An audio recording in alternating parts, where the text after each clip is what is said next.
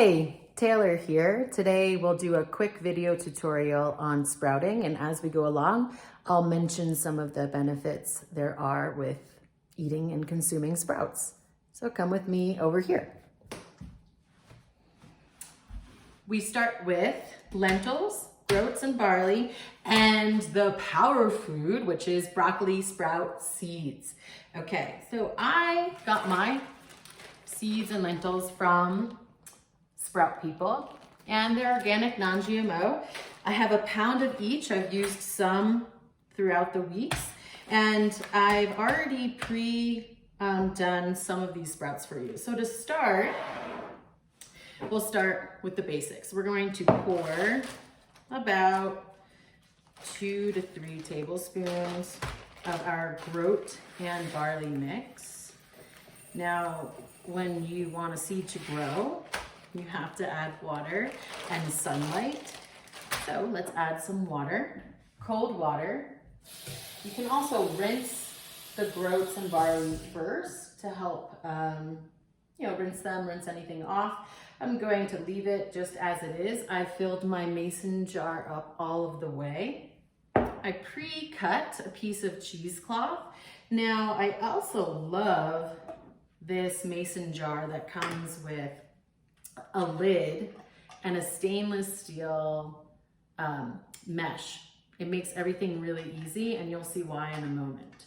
Now, you don't need this fancy jar to sprout. You can use any glass jar and a piece of cheesecloth.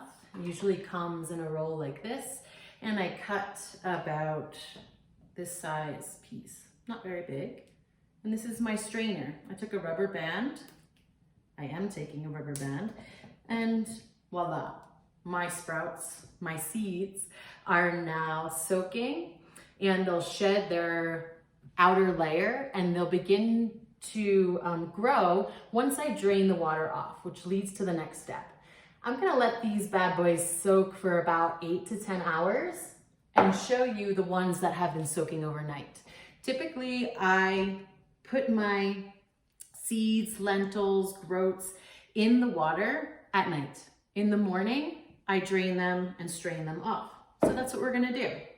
I got my fancy jar I bought on Amazon, and it has my broccoli seeds in it. Easy peasy. And the seeds remain, no more water. This jar is going to go on my windowsill in the sun. The broccoli seeds, they take a little bit to grow, longer than our lentils and our groats and barley mix will take. And I'm going to keep them on my windowsill and rinse them twice a day.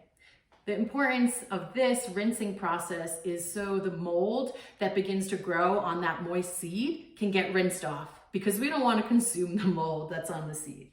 I'm going to put this in the sun, in my indirect sunlight on my windowsill, and I'll show you what happens now. This is something I've already strained, and it's ready to be rinsed. Simple. Cold water, has my cheesecloth on it. I'm gonna do it again, give it a little swirl, and it's rinsed. These guys are growing.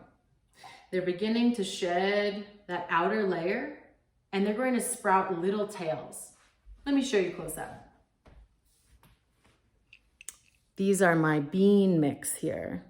And if you look really closely, some of them are already shedding their skin. You can actually see on this guy. And what will start to happen likely tomorrow is they'll have like a little butt jutting out of them. And that butt is going to grow a little tail. And that's your sprout. You can consume it with the little tail, or you can continue rinsing your sprouts twice a day and let them grow a little bit longer. With the bean mix, it's really nice to put them on a salad or a sandwich, or as a garnish on top of a piece of salmon.